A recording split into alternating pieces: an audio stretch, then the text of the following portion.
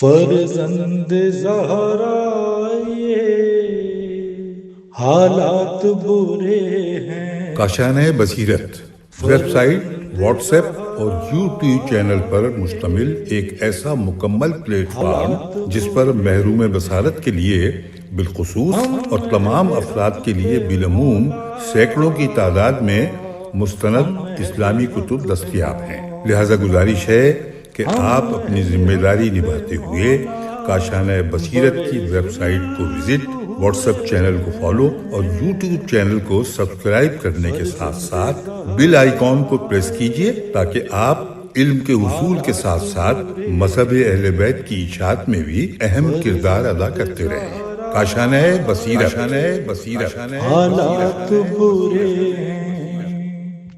السلام علیکم ورحمۃ اللہ وبرکاتہ۔ سامعین، آپ سماعت فرما رہے ہیں کتاب مظلومہ کائنات بی بی فاطمہ الزہرا سلام اللہ علیہا۔ مؤلف ہیں حجت الاسلام الحاج مولانا محمد ایوب بیشوی صاحب۔ آج ہم آپ کے سامنے اس کی 18ویں ریکارڈنگ پیش کر رہے ہیں۔ صفحہ نمبر 270 ہے۔ عنوان ہے فدق کے بارے میں قضاوت۔ اعتراض: دیکھنا یہ چاہیے کہ اس واقعے میں حق کے جناب زہرا سلام اللہ علیہا کے ساتھ یا جناب ابوبکر کے ساتھ؟ جواب: مورخین و محدثین نے لکھا کہ رسول خدا کی وفات کے 10 دن بعد جناب ابوبکر نے اپنے آدمی بھیجے اور فدق پر قبضہ کر لیا۔ روایت شرح ابن ابی الحدید جلد نمبر 16 صفحہ نمبر 263۔ جب اس کی اطلاع بی بی فاطمہ زہرا کو ہوئی تو آپ نے جناب ابوبکر کے پاس آئیں اور فرمایا، کیوں تیرے آدمیوں نے میرے فدق پر قبضہ کیا ہے؟ حکم دو کہ وہ فدق مجھے واپس کر دیں۔ جناب ابوبکر نے کہا، اے پیغمبر خدا کی بیٹی، آپ کے والد نے درہم اور دینار میراث میں نہیں چھوڑے ہیں۔ آپ نے خود فرمایا ہے کہ پیغمبر وارث نہیں چھوڑا کرتے۔ جناب فاطمہ زہرا سلام اللہ علیہ نے فرمایا کہ میرے بابا نے فدق میری زندگی میں مجھے بخش دیا تھا۔ اس پر جناب ابوبکر نے کہا، آپ کو اپنے اس مدعا پر گواہ لانے چاہیے۔ پس علی ابن ابی طالب علیہ السلام اور جناب ایمن حاضر ہوئی اور گواہی دی کہ رسول خدا نے فدق بی بی زہرا کو بخش دیا تھا، لیکن جناب عمر اور جناب عبد الرحمن بن عوف نے کہا کہ ہم گواہی دیتے ہیں کہ رسول خدا فدق کی آمدنی کو مسلمانوں میں تقسیم کر دیا کرتے تھے۔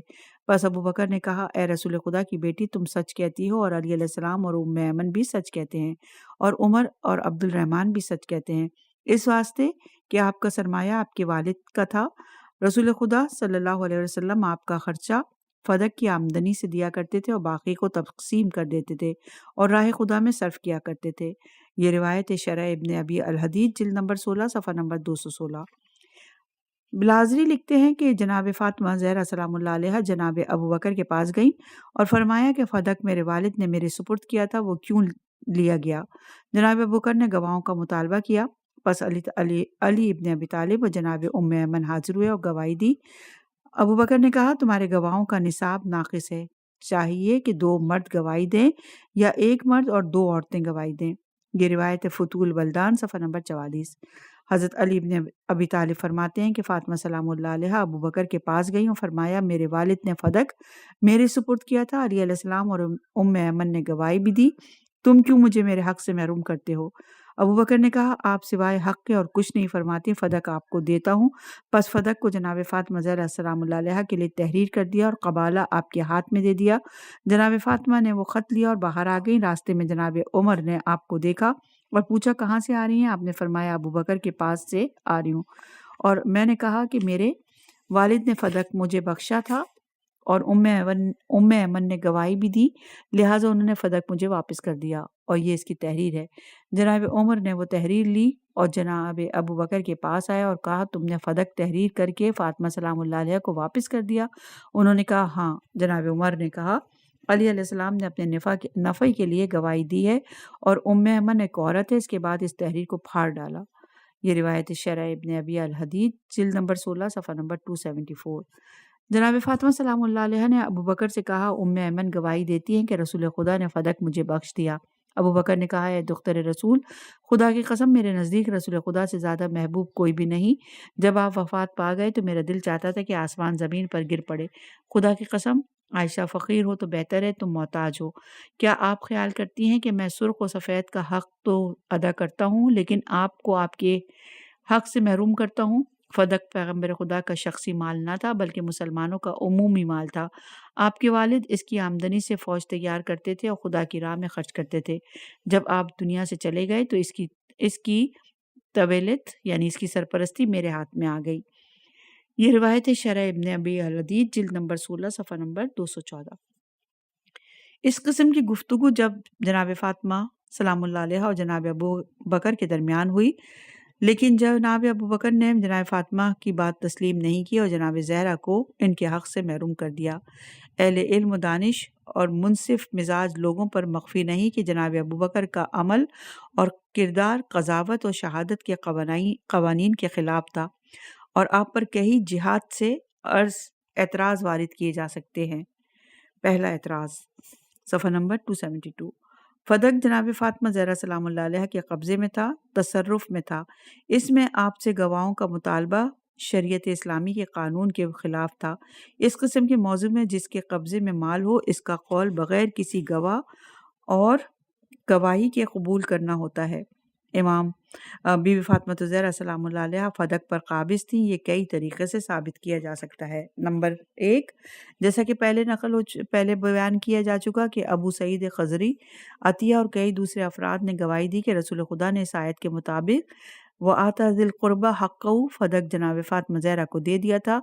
روایت میں عطا کا لفظ وارد ہوا ہے، بلکہ اس پر نص ہے کہ جناب رسول خدا نے اپنی زندگی میں فدق حتمی طور پر جناب فاطمہ زہرا سلام اللہ علیہ کو بخش دیا تھا اور آپ کے قبضے اور تصرف میں تھا۔ دوسرے یہ کہ حضرت علی علیہ السلام نے تصریح فرمائی کہ فدق جناب فاطمہ سلام اللہ علیہ کے تصرف اور قبضے میں تھا، جیسا کہ آپ نے نہج البلاغہ میں فرمایا کہ ہاں، ہمارے پاس اس میں سے جس پر آسمان سایہ فگن ہے صرف فدق تھا۔ ایک گروہ نے اس پر بخل کیا اور دوسرا گروہ راضی ہو گیا، اور اللہ ہی بہترین قضاوت کرنے والا ہے۔ اور روایت ہے نہج البلاغہ باب المختار رہن الکتاب مکتوب 45۔ تیسرا اعتراض، امام جعفر صادق علیہ السلام نے فرمایا کہ جب جناب ابو بکر نے حکم دیا کہ فدق سے جناب فاطمہ زہرا کے آدمیوں اور کام کرنے والوں کو نکال دو، تو حضرت علی علیہ السلام ان کے پاس گئے اور فرمایا، اے ابو بکر، اس جائیداد کو کہ جو رسول خدا نے فاطمہ زہرا کو بخش دی تھی اور ایک مدت تک جناب فاطمہ زہرا کا نمائندہ اس پر قابض رہا، آپ نے کیوں لے لی؟ اور یہ روایت نور الثقلین جلد نمبر 4 صفحہ نمبر 272 پر۔ رسول خدا صلی اللہ علیہ وآلہ وسلم کا فدق جناب فاطمہ زہرا سلام اللہ علیہ کو بخش دینا اور جناب فاطمہ سلام اللہ علیہ کا اس پر قابض ہونا، یہ ایک تسلیم شدہ حقیقت ہے۔ اسی لیے جب عبداللہ بن ہارون رشید کو مامون کی طرف سے حکم ملا کہ فدق جناب فاطمہ زہرا کی اولاد کو واپس کر دیا جائے، تو اس نے ایک خط میں مدینے کے حاکم کو لکھا کہ رسول خدا نے فدق جناب فاطمہ کو دیا تھا، اور یہ بات آل رسول میں واضح اور معروف ہے اور کسی کو اس کے بارے میں شک نہیں۔ اب امیر المومنین یعنی مامون نے مصلحت اسی میں دیکھی کہ فدق فاطمہ زہرا سلام اللہ علیہ کے وارثوں کو واپس کر دیا جائے۔ یہ روایت فتوح البلدان صفحہ نمبر 46 پر۔ ان شواہدین اور قرائن سے معلوم ہوتا ہے کہ فدق جناب رسول خدا کے زمانے میں حضرت علی علیہ السلام اور جناب فاطمہ سلام اللہ علیہ کے قبضے میں تھا۔ اس قسم کے موضوع میں گواہوں کا طلب کرنا اسلامی قضا اور شہادت کے قانون کے خلاف ہے۔ صفحہ نمبر 274۔ دوسرا اعتراض، ابو بکر اس نزاع میں جانتے تھے کہ حق جناب فاطمہ سلام اللہ علیہ کے ساتھ ہے، اور خود انہیں جناب زہرا کی صداقت اور راست گوئی کا نہ صرف اعتراف تھا بلکہ تمام مسلمان اس کا اعتراف کرتے تھے۔ کوئی بھی مسلمان آپ کے بارے میں جھوٹ اور اختراع کا احتمال بھی نہ دیتا تھا، کیونکہ آپ اہل کسا میں سے ایک فرد تھی جن کے حق میں آیت تطہیر نازل ہوئی، جس میں خداوند عالم نے آپ کی عصمت اور پاکیزگی کی تصدیق کی۔ دوسری طرف اگر دیکھا جائے تو یہ مطلب کتاب قضا اور شہادت میں ثابت ہے کہ اموال اور دیوان کے معاملے میں اگر قاضی کو واقعے کا علم ہو تو وہ اپنے علم کے مطابق عمل کر سکتا ہے، اور وہ گواہ اور بینہ کا محتاج نہ ہوگا، یعنی گواہیوں کا اور لوگوں کا محتاج نہ ہوگا۔ بنا بری جناب ابو بکر جب جانتے تھے کہ بی بی فاطمہ زہرا سلام اللہ علیہ سچی ہیں اور رسول خدا نے فدق انہیں عطا کیا ہے، تو آپ کو چاہیے تھا کہ فوراً جناب زہرا کی بات کو تسلیم کرتے اور آپ سے گواہوں کا مطالبہ نہ کرتے۔ جی ہاں، مطلب تو یوں ہی ہے، جناب ابو بکر جانتے تھے کہ حق فاطمہ زہرا کے ساتھ ہے اور رسول خدا نے فدق اپنی زندگی میں انہیں دے دیا ہے۔ شاید ابو بکر پیغمبر خدا کے اس عمل سے ناراض تھے، اسی لیے جناب فاطمہ زہرا سلام اللہ علیہا کے جواب میں کہا، یہ مال پیغمبر اسلام کا نہ تھا بلکہ یہ مسلمانوں کا مال تھا جس سے پیغمبر خدا فوج تیار کرتے تھے، اور جب آپ فوت ہو گئے تو اب میں اس مال کا متولی ہوں جیسے کہ پیغمبر متولی تھے۔ یہ روایت شرح ابن ابی الحدید جلد نمبر 16 صفحہ نمبر 214 پر۔ مؤلف کی طرف سے ایک نوٹ ہے، وہ کہتے ہیں کوئی بھی ایسا انسان نہ تھا کہ جو ابو بکر سے سوال کرتا کہ جب آپ مانتے ہیں کہ فدق جناب زہرا کی ملکیت ہے اور آپ جناب فاطمہ زہرا اور ان کے گواہوں کی تصدیق بھی کر رہے ہیں تو پھر ان کی ملکیت ان کو واپس کیوں نہیں کر دیتے؟ جناب عمر اور جناب عبد الرحمن کی گواہی صرف یہی بتلاتی ہے کہ پیغمبر خدا فدق کو مسلمانوں میں تقسیم کر دیتے تھے، اس سے جناب زہرا سلام اللہ علیہ کی ملکیت کی نفی تو نہیں ہوتی، کیونکہ پیغمبر خدا جناب زہرا سلام اللہ علیہ کی طرف سے جناب فاطمہ زہرا کی طرف سے معدون تھے کہ فدق کی زائد آمدنی کو راہ خدا میں خرچ کر دیں، لیکن اس قسم کی اجازت جناب فاطمہ زہرا سلام اللہ علیہ نے جناب ابو بکر کو تو نہیں دے رکھی تھی، بلکہ اس کی اجازت ہی نہیں دی تھی۔ پھر ابو بکر کو کیا حق پہنچتا ہے کہ وہ یہ فرمائے کہ میں بھی آپ کے والد کی سیرت سے تجاوز نہ کروں گا؟ صفحہ نمبر 275۔ تیسرا اعتراض، فرض کیجئے کہ جناب ابو بکر بی بی زہرا کے گواہوں کے نصاب کو ناقص سمجھتے تھے اور ان کی حقانیت پر یقین بھی نہیں رکھتے تھے، تو پھر بھی ان کا وظیفہ تھا کہ جناب زہرا سے قسم کھانے کا مطالبہ کرتے اور ایک گواہ اور قسم کے ساتھ قضاوت کرتے، کیونکہ کتاب قضا اور شہادت میں یہ مطلب پایہ ثبوت کو پہنچ چکا ہے کہ اموال و قرضوں کے واقعات میں قاضی ایک گواہ کے ساتھ مدعی سے قسم لے کر حکم لگا سکتا ہے۔ روایت میں موجود ہے کہ رسول خدا صلی اللہ علیہ وآلہ وسلم ایک گواہ کے ساتھ قسم ملا کر قضاوت اور فیصلہ کر دیا کرتے تھے، اور یہ روایت ہے مجموع الزوائد جلد نمبر 3 صفحہ نمبر 202 پر۔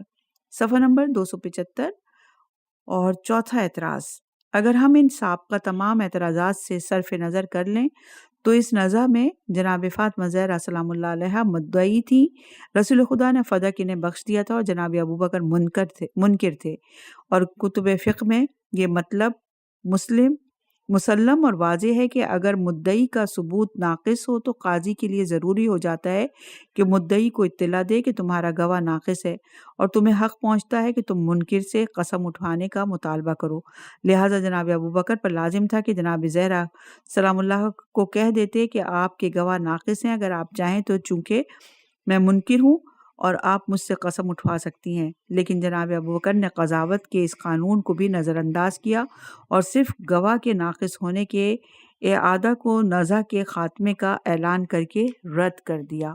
پانچواں اعتراض، اگر فرض کر لیجئے کہ جناب فاطمہ زہرا سلام اللہ علیہ کی حقانیت اس جھگڑے میں جناب ابو بکر کے نزدیک ثابت نہیں ہو سکتی تھی تو پھر فدق کی اراضی حکومت اسلامی کے مال میں تھی، مسلمانوں کے حاکم و خلیفہ کو حق پہنچتا تھا کہ وہ عمومی مصلحت کا خیال کرتے، جبکہ آپ اپنے کو مسلمانوں کا خلیفہ تصور کرتے تھے۔ فدق کو بعنوان اقتا جناب فاطمہ زہرا سلام اللہ علیہ دختر پیغمبر کو دے دیتے اور اس عمل سے ایک بہت بڑا اختلاف جو سال سال تک مسلمانوں کے درمیان چلنے والا تھا، اس کے تلخ نتائج کا سدباب کر دیتے۔ صفحہ نمبر 276۔ کچھ سوالات ہیں، چند اہم سوالات۔ نمبر 1، کیا رسول خدا نے بنی نذیر کی زمینیں جناب ابو بکر اور عبد الرحمن بن عوف اور ابو دجانہ کو نہیں دے دی تھی؟ اور یہ روایت ہے فتول بلدان صفحہ نمبر 31۔ نمبر 2، کیا بنی نذیر کی زمین مئے درختوں کے جناب زبیر بن عوام کو پیغمبر اسلام نے نہیں دے دی تھی؟ یہ بھی روایت فتول بلدان صفحہ نمبر 34۔ نمبر 3 سوال، کیا یہ بہتر نہ تھا کہ جناب ابو بکر بھی اس طرح فدق دختر پیغمبر کو واپس دے دیتے اور اتنے بڑے خطرے اور نزاع کو ختم کر دیتے؟ صفحہ نمبر 276 ہے۔ اور چھٹا اعتراض، اصلاً ابو بکر کا اس نزاع میں فیصلہ اور قضاوت کرنا ہی از روئے قانون قضاء اسلام درست نہ تھا، کیونکہ جناب زہرا سلام اللہ علیہ اس واقعے میں مدعی تھی اور جناب ابو بکر منکر تھے۔ اس قسم کے موارد میں یہ فیصلہ کسی تیسرے آدمی سے کرانا چاہیے تھا، جیسا کہ پیغمبر خدا صلی اللہ علیہ وسلم حضرت علی علیہ السلام اپنے نزاعات میں اپنے علاوہ کسی اور قاضی سے فیصلہ کرایا کرتے تھے۔ یہ نہیں ہو سکتا تھا کہ جناب ابوبکر خود ہی منکر ہوں، خود ہی قاضی بن کر اپنے مخالف سے گواہ طلب کریں اور اپنی پسند کا فیصلہ اور قضاوت خود ہی کر لیں۔ ان تمام مطالب اور واقعات سے یہ امر واضح اور روشن ہوتا ہے کہ فدق کے معاملے میں حق بی بی زہرا سلام اللہ علیہا کے ساتھ تھا اور ان کے ساتھ ناانصافی کی گئی۔ صفحہ نمبر 277۔ عنوان ایک ضروری وضاحت۔ یاد رہے کہ جو اموال پیغمبر خدا کے تصرف اور قبضے میں تھے وہ دو قسم کے تھے۔ پہلی قسم یہ وہ مال تھا جس کا تعلق ملت اسلامیہ سے ہوتا ہے اور بیت المال کا عمومی مال شمار ہوتا ہے، اور جس کو یوں تعبیر کیا جاتا ہے کہ یہ حکومت کا مال ہے۔ رسول خدا صلی اللہ علیہ وآلہ وسلم چونکہ مسلمانوں کے حاکم تھے، آپ اس قسم کے مال میں تصرف کیا کرتے تھے اور اسے تمام مسلمانوں کے مصالح اور مفاد کے لیے خرچ کر دیا کرتے۔ ایسا مال نبوت اور امامت اور حکومت اسلامی کا مال ہوتا ہے۔ ایسے مال میں قانون وراثت جاری نہیں ہوتا، بلکہ اس منصب دار کی موت کے بعد اس کے جانشین شرعی کی طرف بطور منصب منتقل ہو جاتا ہے۔ بی بی فاطمہ زہرا سلام اللہ علیہا اس قسم کے اموال میں وراثت کا مطالبہ نہیں کیا تھا، اور اگر کبھی آپ نے اس قسم کے مال میں بطور اشارہ بھی مطالبہ کیا ہو تو وہ اس لیے تھا کہ آپ جناب ابوبکر کی حکومت کو قانونی اور رسمی حکومت تسلیم نہیں کرتی تھیں، بلکہ اپنے شوہر حضرت علی علیہ السلام کو قانونی اور شرعی خلیفہ جانتی تھیں، تو گویا آپ اس قسم کے مال کا مطالبہ کر کے اپنے شوہر کی خلافت کا دفاع کرتی تھیں، اور جناب ابوبکر کی حدیث کو اگر بالفرض تسلیم بھی کر لیں کہ پیغمبر خدا نے فرمایا کہ ہم گروہ انبیاء کوئی مال بطور وراثت نہیں چھوڑتے، تو وہ بھی اس قسم کے مال کی وراثت کی نفی کر رہی ہے، نہ پیغمبر خدا کے ہر قسم کے مال کو شامل کر لیں۔ دوسری قسم وہ مال تھا جو آپ کا شخصی اور ذاتی مال تھا، کیونکہ پیغمبر اسلام بھی تو انسانوں کے افراد میں سے ایک فرد تھے جنہیں مالکیت کا حق تھا۔ آپ بھی کسب اور تجارت اور دوسرے جائز ذرائع سے مال کماتے تھے۔ ایسا مال آپ کی شخصی ملکیت ہو جاتا تھا۔ ایسے مال پر ملکیت کے تمام قوانین اور احکام، یہاں تک کہ وراثت کے قوانین بھی مرتب ہوتے ہیں اور ہونے چاہیے۔ آپ بلا شک اور تردید اس قسم کے اموال رکھتے تھے، اور آپ کو بھی غنیمت سے حصہ ملتا تھا۔ اس قسم کے مال میں رسول خدا اور دوسرے مسلمان برابر اور مساوی ہیں۔ اس پر اسلام کے تمام احکام، یہاں تک کہ وراثت کے احکام بھی دوسرے مسلمانوں کی طرح مرتب ہوتے ہیں۔ جناب فاطمہ زہرا سلام اللہ علیہا ایسے اموال کی وراثت کا جناب ابوبکر سے مطالبہ کیا تھا۔ ابن ابی الحدید لکھتا ہے کہ جناب فاطمہ سلام اللہ علیہا نے کسی کو جناب ابوبکر کے پاس بھیجا اور پیغام دیا کہ تم رسول خدا کے وارث ہو یا ان کے اہل بیت۔ جناب ابوبکر نے جواب دیا کہ ان کے اہل بیت تو آپ ہیں۔ تب جناب فاطمہ زہرا سلام اللہ علیہا نے فرمایا، پس رسول خدا کا حصہ کہاں گیا؟ اور یہ روایت شرح ابن ابی الحدید جلد نمبر 16 صفحہ نمبر 219۔ اس قسم کے مال میں جناب رسول خدا اور جناب ابوبکر کے درمیان کوئی فرق نہ تھا۔ جناب ابوبکر باوجود یہ کہ اپنے آپ کو رسول خدا کا خلیفہ جانتے تھے، وہ بھی اپنے شخصی اموال میں تصرف کیا کرتے تھے اور اسے اپنے بعد اپنے وارثوں کی ملکیت جانتے تھے۔ پس حضرت ابوبکر کے لیے ضروری تھا کہ رسول خدا کے شخصی مال کو بھی آپ کے وارثوں کی ملکیت جانتے۔ اسی لیے تو جناب فاطمہ زہرا نے فرمایا تھا کہ تیری بیٹیاں تو تجھ سے وراثت لے لیں، لیکن رسول خدا کی بیٹی اپنے باپ سے وراثت نہ لے۔ جناب ابوبکر نے بھی جواب دیا کہ ہاں ایسا ہی ہے، یعنی ان کی بیٹی اپنے باپ سے وراثت لے لے۔ اور یہ روایت ہے شرح ابن ابی الحدید جلد نمبر 16 صفحہ نمبر 219 پر۔ یہاں پر فدق کا جو چیپٹر تھا وہ کلوز ہوتا ہے، اور انشاءاللہ کہ آگے بڑھتے ہیں اور بی بی فاطمہ زہرا سلام اللہ علیہا کے اخلاق اور ان کی زندگی کے چند اہم پہلو پر یہاں پر گفتگو کریں گے، اور نئے عنوانات کے ساتھ آپ کی زندگی کے پہلو گوش گزار کریں گے آپ لوگوں کے۔ صفحہ نمبر 279، زہد اور تقوی۔ امام جعفر صادق علیہ السلام جناب جابر بن انصاری سے روایت کرتے ہیں کہ پیغمبر اسلام صلی اللہ علیہ وآلہ وسلم جناب فاطمہ سلام اللہ علیہا کو دیکھا کہ موٹا اور معمولی لباس پہنے ہوئے ہیں اور اپنے ہاتھوں سے چکی چلا رہی ہیں، اور اسی حالت میں اپنے بچے کو دودھ بھی پلا رہی ہیں، اور یہ دیکھ کر پیغمبر اسلام کی آنکھوں سے آنسو جاری ہو گئے اور فرمانے لگے، میری بیٹی دنیا کی تلخی آخرت کی مٹھاس کے لیے برداشت کرو۔ عرض کیا یا رسول خدا، میں خدا کی نعمتوں پر اس کی شکر گزار ہوں۔ اس وقت خداوند عالم نے یہ آیت نازل فرمائی۔ سورہ والضحیٰ کی آیت نمبر 5۔ عنقریب خدا آپ کو اتنا عطا کرے گا کہ آپ خوش ہو جائیں گے۔ اور یہ روایت ہے مناقب شہر آشوب جلد نمبر 3 صفحہ نمبر 120، منتہی الاعمال صفحہ نمبر 161، بیت الاحزان صفحہ نمبر 24، صفحہ نمبر ہے 279۔ عنوان ہے وہ زوجہ جو شوہر سے فرمائش نہیں کرتی۔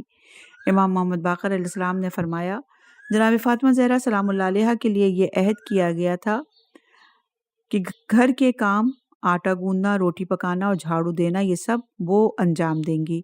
اور حضرت علی علیہ السلام نے فاطمہ سلام اللہ علیہا سے معاہدہ کیا تھا کہ گھر کے باہر کے کام، لکڑی لانا، سودا لانا، وہ انجام دیں گے۔ ایک دن حضرت علی علیہ السلام نے جناب فاطمہ زہرا سے پوچھا، کچھ کھانے کو دل چاہتا ہے؟ بی بی فاطمہ زہرا نے فرمایا، قسم اس ذات کی جس نے آپ کے حق کو عظیم کیا، 3 دن ہو رہے ہیں کچھ نہیں ہے جو آپ کی خدمت میں حاضر کروں۔ فرمایا، پھر مجھ سے کہا کیوں نہیں؟ فاطمہ سلام اللہ علیہ نے فرمایا کہ رسول خدا نے مجھے منع کیا کہ میں آپ سے کوئی فرمائش نہ کروں۔ انہوں نے فرمایا، اپنے ابن ام سے کوئی فرمائش نہ کرنا، جو لے آئیں اسے لے لینا، ورنہ کچھ نہ کہنا۔ اور یہ روایت بہار جلد نمبر 43 صفحہ نمبر 31، تفسیر عیاشی جلد نمبر 1 صفحہ نمبر 171 پر۔ صفحہ نمبر 280۔ عنوان ہے باہمی زندگی میں ہم آہنگی۔ مولا کائنات امیر المومنین علیہ السلام نے فرمایا، خدا کی قسم، جب تک بی بی فاطمہ زہرا سلام اللہ علیہا زندہ رہیں میں نے کبھی بھی ان کو ناراض نہیں کیا اور نہ کسی کام پر انہیں مجبور کیا۔ انہوں نے کبھی بھی مجھے ناراض نہیں کیا، میری نافرمانی نہیں کی۔ جب بھی ان کی طرف سے دیکھتا تھا میرے تمام رنج و غم دور ہو جاتے تھے۔ روایت بہار الانوار جلد نمبر 43 صفحہ نمبر 134، کشف الغمہ جلد نمبر 1 صفحہ نمبر 492، بیت الاذان صفحہ نمبر 37، صفحہ نمبر 280 ہے اور عنوان ہے کائنات کی سب سے سچی خاتون۔ بی بی عائشہ کا بیان ہے کہ رسول خدا کے علاوہ کسی کو فاطمہ سلام اللہ علیہا سے زیادہ سچا نہیں دیکھا۔ روایت بہار الانوار جلد نمبر 43 صفحہ نمبر 43، صفحہ نمبر 53 پر بھی ہے، کشف الغمہ جلد نمبر 2 صفحہ نمبر 30، مناقب شہر آشوب جلد نمبر 3 صفحہ نمبر 119 پر۔ صفحہ نمبر 280، عنوان عبادت۔ حسن بصری کا بیان ہے کہ اس امت میں بی بی فاطمہ زہرا سلام اللہ علیہا سے زیادہ عبادت گزار کوئی نہیں گزرا۔ آپ نماز اور عبادت میں اس قدر کھڑی رہتی تھیں کہ پاؤں ورم کر گئے تھے۔ روایت بہار الانوار جلد نمبر 43 صفحہ نمبر 84، مناقب شہر آشوب جلد نمبر 3 صفحہ نمبر 119، منتہی الاعمال صفحہ نمبر 161، بیت الاذان صفحہ نمبر 22۔ صفحہ نمبر 280، عنوان عبادت اور دوسروں کے لیے دعائیں۔ امام حسن مجتبیٰ علیہ السلام کا بیان ہے کہ میں نے اپنی والدہ جناب فاطمہ زہرا کو دیکھا کہ شب جمعہ محراب عبادت میں مشغول ہیں، سفیدہ سحری کے نمودار ہونے تک رکوع اور سجود اور عبادت میں مصروف رہیں۔ میں سن رہا تھا کہ مومنین و مومنات کے لیے نام لے کر دعائیں کر رہی ہیں اور اپنے لیے ایک دعا بھی نہ کی۔ میں نے عرض کیا، مادر گرامی، جس طرح آپ دوسروں کے لیے دعائیں کر رہی ہیں اپنے لیے کیوں نہ کی؟ فرمایا، میرے لال، پہلے پڑوسی پھر خود۔ روایت کشف الغمہ جلد نمبر 2 صفحہ نمبر 25، بہار الانوار جلد نمبر 43 صفحہ نمبر 81 اور 82 پر۔ صفحہ نمبر 281، عنوان پردے کی اہمیت۔ امام موسیٰ کاظم علیہ السلام اپنے آباء و اجداد سے روایت کرتے ہیں کہ مولا کائنات امیر المومنین نے ارشاد فرمایا، ایک نابینا نے آپ کے گھر میں داخل ہونے کی اجازت چاہی، آپ نے اپنے کو ایک چادر میں چھپا لیا۔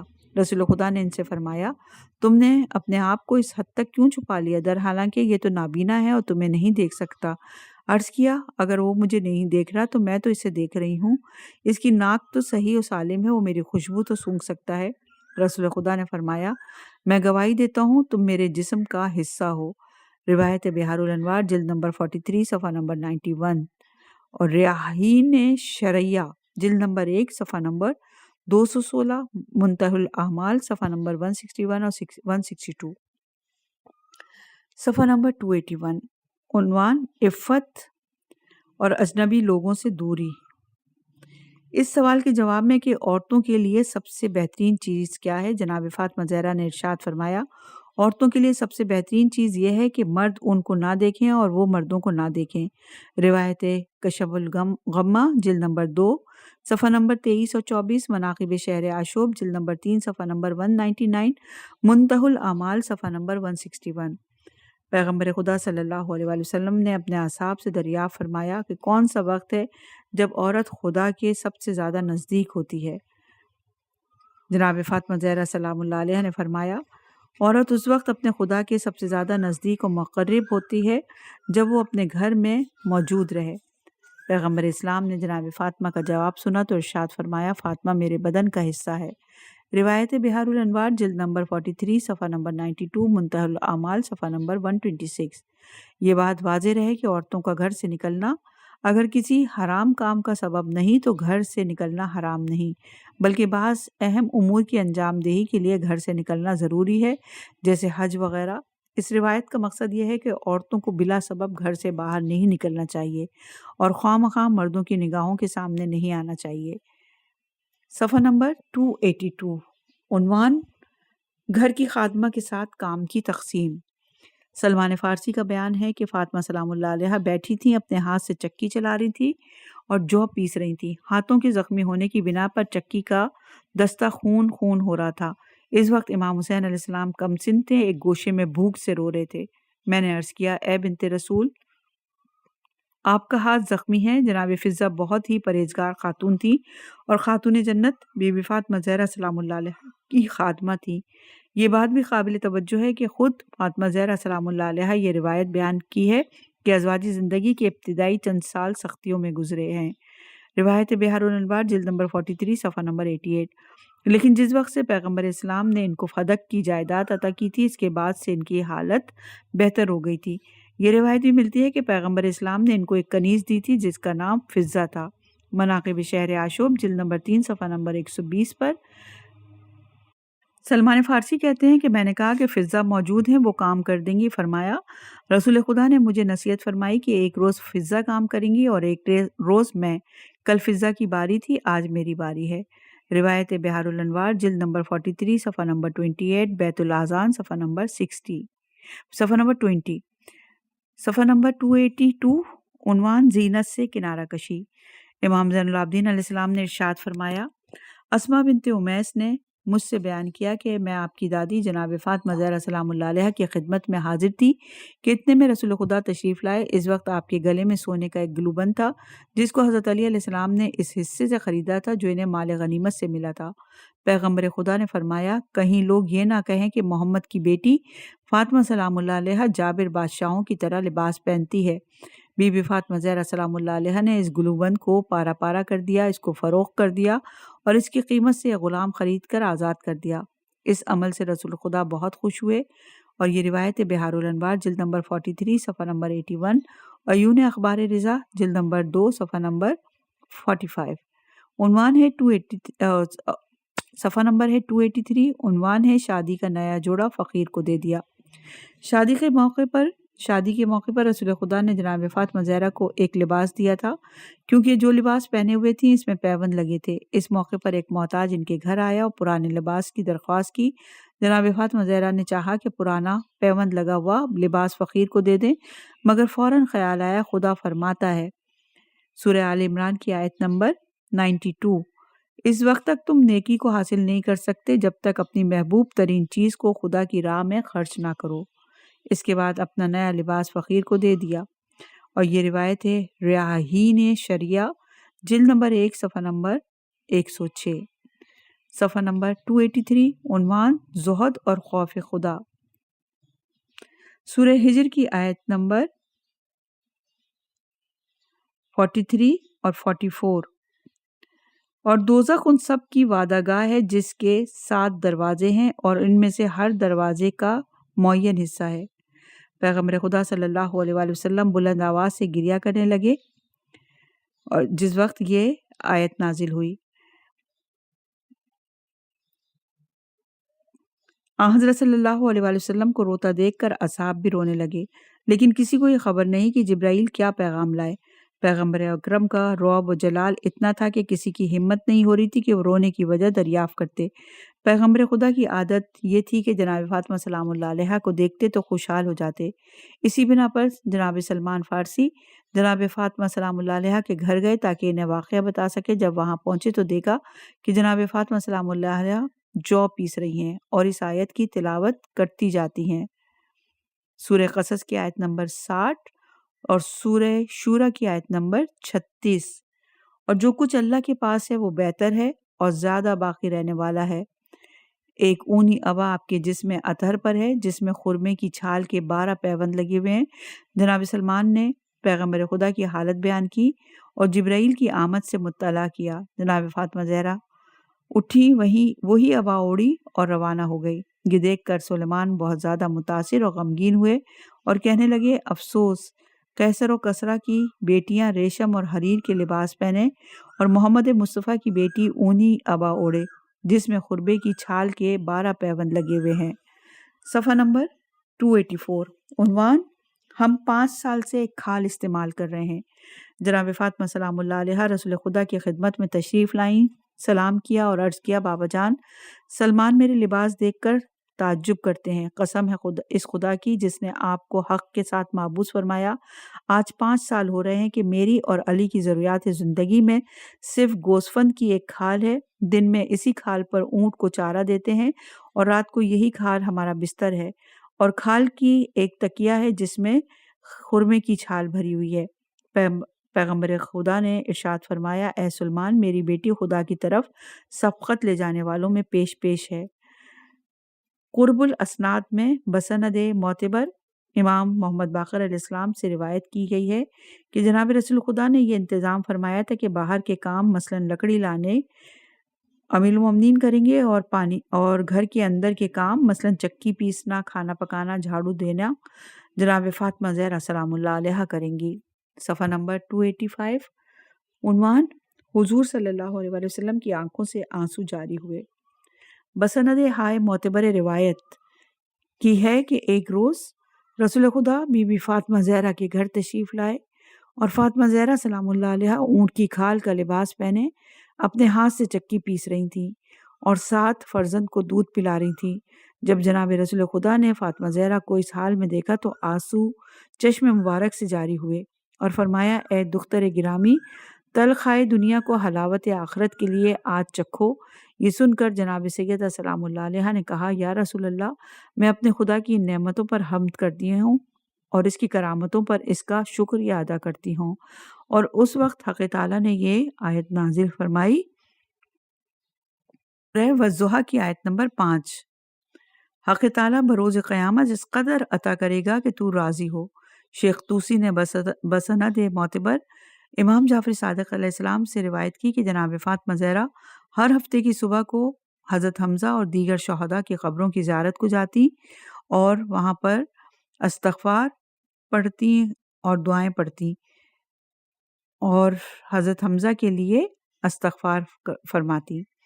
صفحہ نمبر 285۔ بی بی فاطمہ زہرا کی شادی کا حال۔ اخبار عیون رضا میں بسند معتبر امام رضا علیہ السلام سے روایت ہے، جناب امیر مومنین علیہ السلام نے کہا، رسول خدا نے مجھ سے فرمایا، اے علی، چند نفر مردان نے قریش نے فاطمہ زہرا کے معاملے میں مجھ سے سختی کی ہے اور کہا کہ ہم نے آپ سے فاطمہ سلام اللہ علیہا کی خواستگاری کی، آپ نے ہم سب کا انکار کیا اور علی علیہ السلام سے تزویج کر دی۔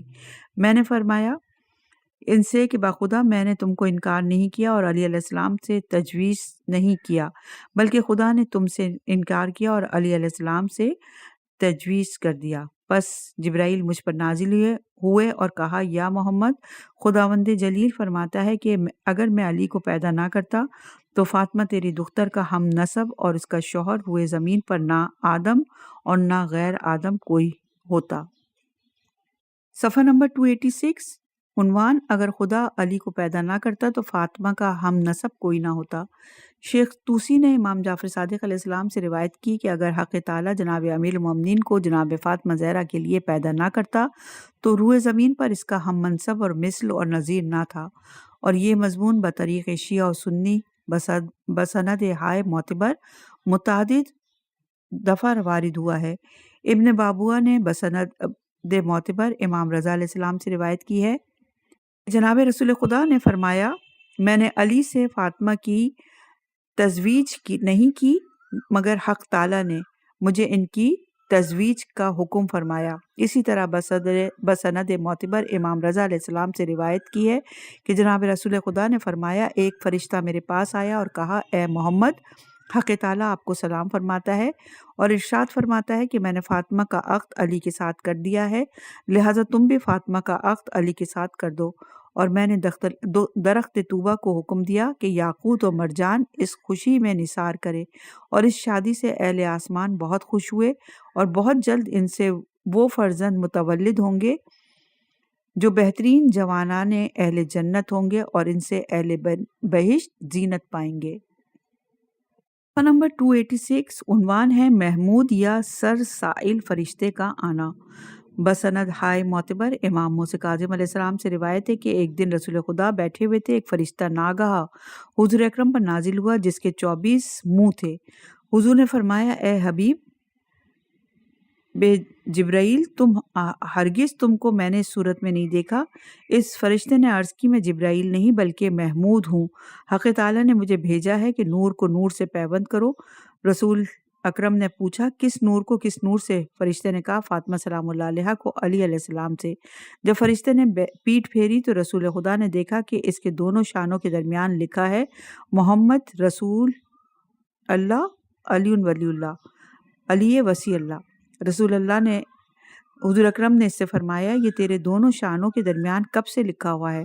فرشتے نے کہا 22,000 سال قبل پیدائش آدم کے، اور بروایت شہر عاشوب 24,000 سال قبل پیدائش آدم سے۔ اور اہل سنت نے بھی اس حدیث کو متعدد روایات کی ہے۔ بروایت اہل سنت نام اس فرشتے کا سر سائل تھا اور اس کے 20 سر تھے اور ہر سر میں 1000 زبانیں تھیں، اور اس کے ہاتھ ہفتے آسمان اور ہفتے زمین سے بڑھے تھے، اور اس کے شانوں کے درمیان بعد شہادتین لکھا تھا کہ علی ابن ابی طالب مقیم الحجہ۔ اپنے بیان کو یہیں روکتے ہیں اور انشاءاللہ کی اگلی ریکارڈنگ میں نئے عنوان کے ساتھ حاضر ہوں گے۔